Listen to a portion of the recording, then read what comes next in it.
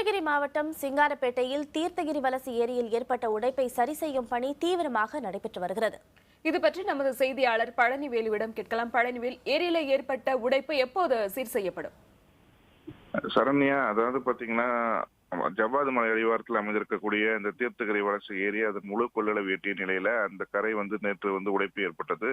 இதனால் 10க்கும் மேற்பட்ட கிராமங்களில் இருக்கக்கூடிய வயல்வெளிகளில் மழை அந்த ஏரி நீரை நுழைந்து விளைபயிர்களை சேதப்படுத்தியது. இதையடுத்து அந்த பகுதியில் இருக்கக்கூடிய அதாவது வெள்ளக்குட்டை, நாக்கினூர், அத்திமடுவு, பெல்லத்தூர் போன்ற கிராமங்கள் இருக்கக்கூடிய சுமார் 20,000 மக்கள் அப்புறப்படுத்தப்பட்டு பாதுகாப்பான இடங்களில் வைக்கப்பட்டிருக்காங்க. இந்த நிலையில அந்த உடைப்பு ஏற்பட்ட ஏரியை சீர் செய்யும் பணி தொடர்ந்து நடைபெற்று வருகிறது. குறிப்பா பார்த்தா நீர் இன்னும் அதிக அளவில் அந்த உடைப்பு ஏற்பட்ட ஏரியிலிருந்து வெளியேறி கொண்டிருப்பதால் தற்போது சீர் செய்யும் பணி கொஞ்சம் தாமதம் ஏற்பட்டிருக்கு.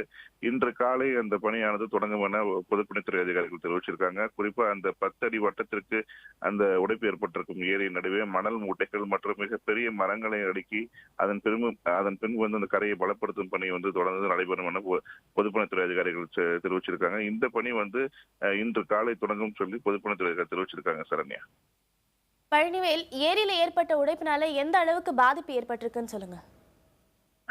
பத்மபிரியா, இப்ப பாத்தீங்கன்னா ஏரியில உடைப்பு ஏற்பட்டிருக்குன்னு பாத்தீங்கன்னா ஏரிக்கு கீழே இருக்கக்கூடிய சுமார் 10 கிராமங்கள் முன்னே குறிப்பிட்டது போல நாக்கியனூர், அத்திமடுவு, பெல்லத்தூர், வெள்ளக்குட்டை போன்ற 10 கிராமங்கள்ல இருக்கக்கூடிய கிட்டத்தட்ட 300க்கும் மேற்பட்ட ஏக்கர்கள் சாகுபடி செய்யப்பட்டிருந்த விளை பயிர்கள் அனைத்துமே பாதிக்கப்பட்டிருக்கு. இதுல என்ன ஒரு முக்கியமான விஷயம் என்று பார்த்தால் இந்த ஏரி உடையும் என முன்கூட்டியே கணிக்கப்பட்டதால் பொதுமக்கள் அனைவருமே அந்த பகுதியிலிருந்து அப்புறப்படுத்தப்பட்டனர். கால்நடைகள் அனைத்தும் அப்புறப்படுத்தப்பட்டு அங்க இருக்கக்கூடிய அமைக்கப்பட்டுள்ள சிறப்பு முகாம்களில் தங்க வச்சிருக்காங்க. அதனால உயிர் சேதங்கள் எதுவும் ஏற்படவில்லை. ஆனால் விளைநிலங்கள் முற்றிலுமாக பாதிக்கப்பட்டிருக்கு.